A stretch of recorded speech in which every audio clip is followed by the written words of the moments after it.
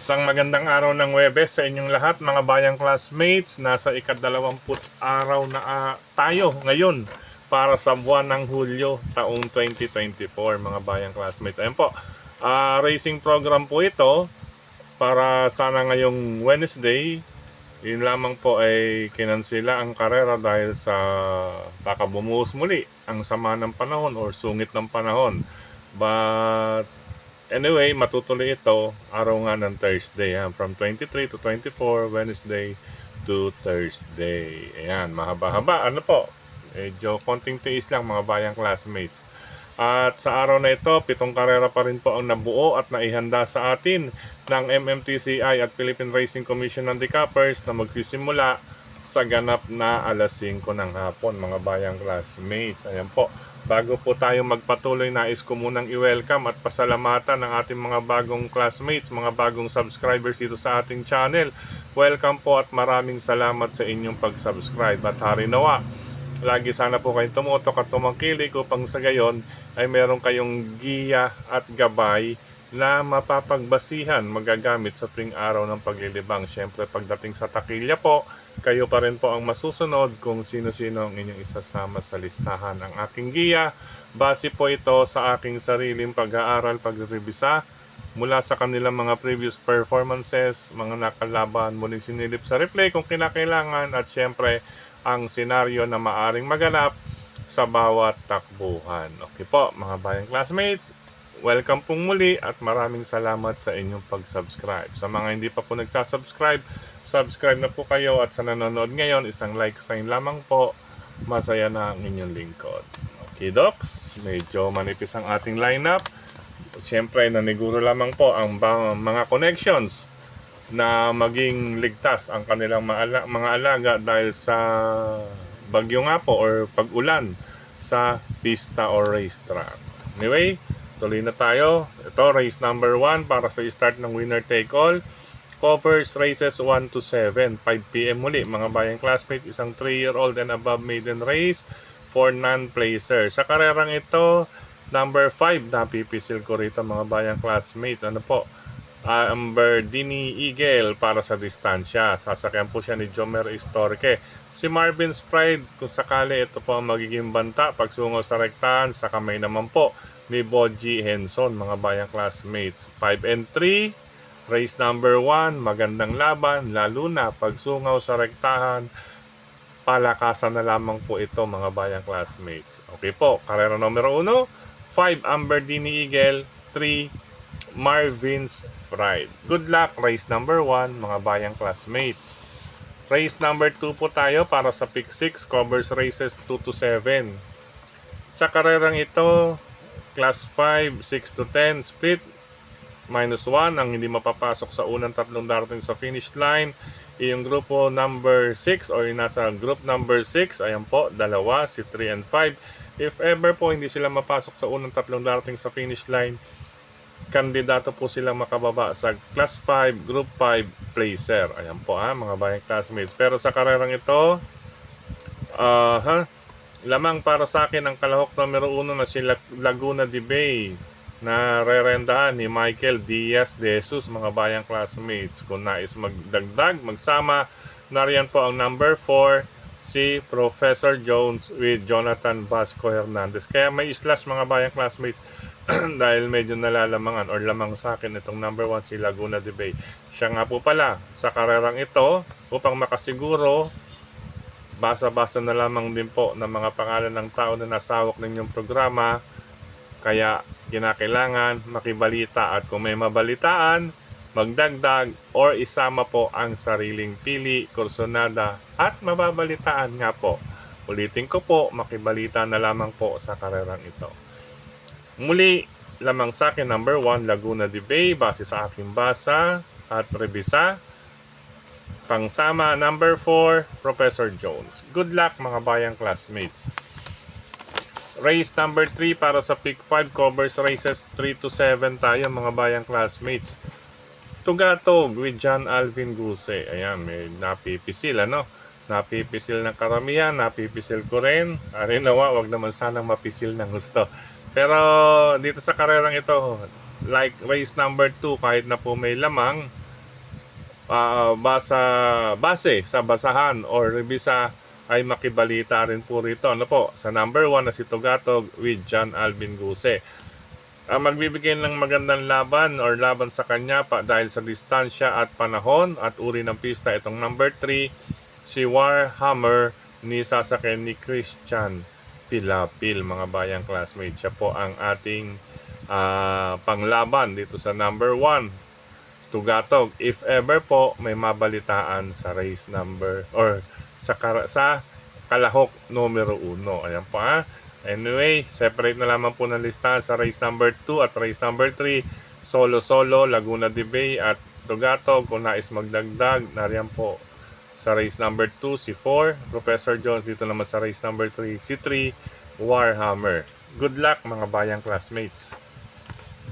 Karera numero 4 tayo mga bayang classmates para sa Pick 4 covers races 4 to 7, isang class 5, group 5, non-placer. Ayan, non-placer. Dulong grupo na po ito para sa rating base. Dito ang tanong, ano na pong ginagawa rito ng kalahok numero 1 na si Queensland na sasakyan ni Patty Ramos Dilema. Sa klase ng laban, kahit maikli ang distansya, solo po, number 1, Queensland. Pwede pala to tryo 1, ano po, pang DD1 or pang winner take all, pick 6, pick 5, at pick 4. Paninggel, ano po, ang tatlong numero 1. Ngayon, gaya nga natin sinabi, do sa race 1 at race number 3, makibalita na lamang po do sa dalawang 1. Good luck mga bayang classmates. Karera numero 5 para sa labanan ng last DD1 event. Ayan po, ayusin natin. Sa karerang ito, depende sa IRE po ang labanan. Ano po, mataas na grupo, class 4, 16 to 21. -2 po ang hindi mapapasok sa unang tatlong darating sa finish line. Itong group number 16 and 17 ang maaaring makababa sa 11 to 15 group if ever hindi pumapasok sa unang tatlong darating sa finish line nga po. Except yung imported runners na nasa group 16. Kapag nasa group 16 imported runners, hanggang dyan na lamang po sila. Katulad nito, si Backpage, hindi na po yan makakababa ng 15 or pababa. Hanggang group 16 na lamang po si Backpage mga bayang classmates. Dito sa karerang ito, may tatlo po ang may angking tulin, isa ang medyo question mark lang mga bayang classmates. Ano po?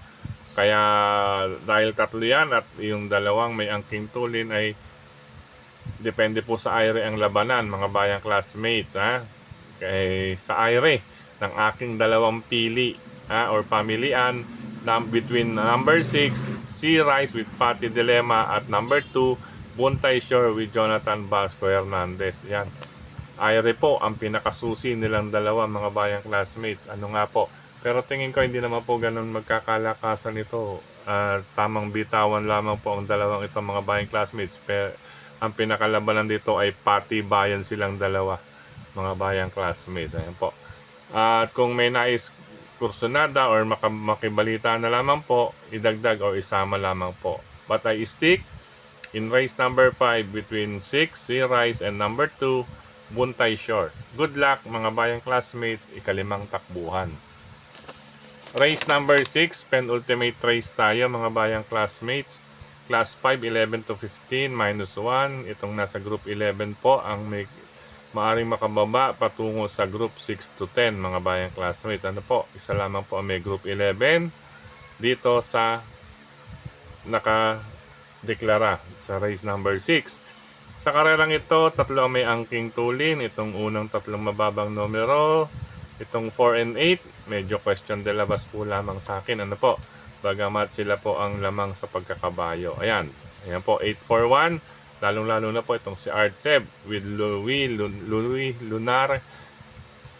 Mga bayang classmates, lamang po ito sa akin. Iba pong nalabanan na ni Artseb at narating. Ano po? Ito rin si number 4, Bishop Blue with Christian Pilapil. Ayan nga po. Since question mark, ay sinamahan ko lamang po nung isa sa nasa harapan na lagi naman po nakikita natin na nalaban or inilalaban ay si She's Royal with Pau Pau Guse.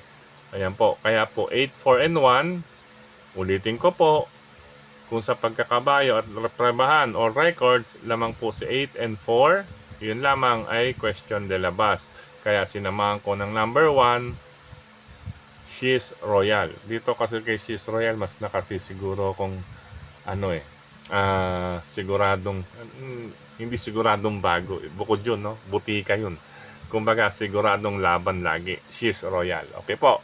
Kaya 841 po, race number 6, makibalita na lamang din po. Total po, may 3 single na maaaring solohin or meron pang iba na kayong makukursunadahan.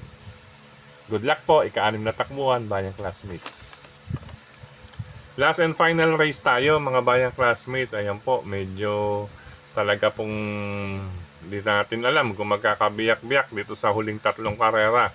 Siyempre, last DD1 or final DD1 event, ano po, sako po, races 5, 6, and 7. Last and final race, para tingnan ng lahat. Class 5, 6 to 10, group number -1. Ang hindi mapapasok sa unang 3 darating sa finish line, si group number 6. Since wala naman po ay wala pong kandidatong makakababa sa group 5 placer. Ano po? Sa karerang ito po may mga angkling tulin, halos 5, 2, 3, 4, 7, and 8. Pero medyo malakas po ang laban dito ni 7 and 8 sa karerang ito. Sa pagkakabayo po dito po sa 1 to 6. 1, 2, 3, 4, 5, 6 ang ating magiging choices or pamilian or pick up ninyo mga bayang classmates maliban dito sa 7 and 8. But anyway, sa karerang ito, ayan, hindi ko lamang po nalagay. Magdagdag lang naman po. Since parating ito, magdagdag po kung may iba pa po kayong pili, kursunada, bukod sa aking 2 pamilian. Number 3, Axis Deviation with JL Santiago. At number 4, Golden Petita with Arnold Apoy Asuncion. Hindi po pwedeng bitawan to, si Golden Petita, mga bayang classmates. Okay po, ulitin ko po, sa race number 7, magdagdag lamang po bukod sa kalahok number 3, Axis Deviation, at number 4, Golden Petita. Pili na lamang po from 1 to 6 kung sinong idadagdag sa 3 and 4. Good luck mga bayang classmates. Sa pagkakataong ito muli, maraming salamat sa inyong pagtutok, pagtangkilig, pagsubaybay. Higit sa lahat po ang pagtitiwala mga bayang classmates. Maraming salamat sa suporta palagi sa atin ni Sir Dennis Gonzales, mga bayang classmates. Ano po? Ayan, ang nga po pala, ayan, may lighter. Bakit ba may lighter tayo dyan? Parang may senyales na maaring magkaroon ng sunugan, ano? Pero wag naman sana, wag yun ha, wag yun. Baka magkasunugan daw. Hindi yun, mga bayang classmates. Anyway, maraming salamat muli, Sir Dennis Gonzales, Tokayong Frederick Cabil, sa pagbabahagi ng mga grupo ng karerista sa social media. Ano po, mga nagsishare ng racing guide sa social media. Nandiyan po si Tokayong Frederick Cabil, Tipsy Race and Review. Siyempre, nandiyan din ang Kirikada OTV. Yan, kay Tokayong Frederick Cabil. Gayon din sa lahat ng mga social media na nagko-contribute ng kanilang giya, supportahan din po natin mga bayang classmates. Ano po sina Sir Pao, si Master Laikem at Tubudoy, si Brother Kidabata, si Brother Morales, Alamid, at iba pa mga bayang classmates na nagbabahagi ng giya.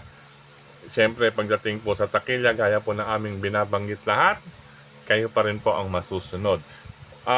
Siya po, maraming salamat din sa lahat ng admins at members ng grupo ng karerista sa social media, sa mga nagla-like, nag-heart, nag-share, at syempre sa mga nagko-comment din, gayon din dito sa ating YT channel. Maraming salamat. At syempre, nais kong pasalamatan din ang ating mga bumati dito sa ating YT channel. Ano po? At nag-comment. Maraming salamat. Happy birthday kay Brother Melvin Dizon. Ayan, Melvin Dizon. Ayan, yan sa Dalandanan or Balubaran na yan. Dalandanan, tama, Dalandanan na yon. Halos pamalanday na Dalandanan, Valenzuela City. Okay po. Paalam pa samantala mga bayang classmates. Ingat po sa lahat, lalo na sa mga riders na katulad ko. Batid naman po natin, dumaan ang bagyo, mga pagbaha, maraming lansangan. Lansangan na po, hindi na po basta kalsada ang nagkaroon ng diferensya mga bayang classmates. Ingat din sa mga bawat kurbada. at intersections. Ayan, ingat ha, mag-minor. Matutong mag-minor, mga bayang classmates na riders. At siyempre sa iba pa pong mga motorista, kahit naka 4 wheels, ano po, ingat po sa biyahe. At sa mga magtutungo ng OTB, araw ng Thursday, inilagay ang lineup ng Wednesday. Good luck, happy racing po sa inyong lahat. Harinawa, magsitama po tayo kahit na po madiretso ito ng paborito. Ayan, baka po madiretso ng paborito yung mga Mr. Timis. Siyempre, bibirada na naman po dyan ng mga Mr. Timis. Okay po, paalam. God bless. I love you all mga bayang classmates. Bye-bye.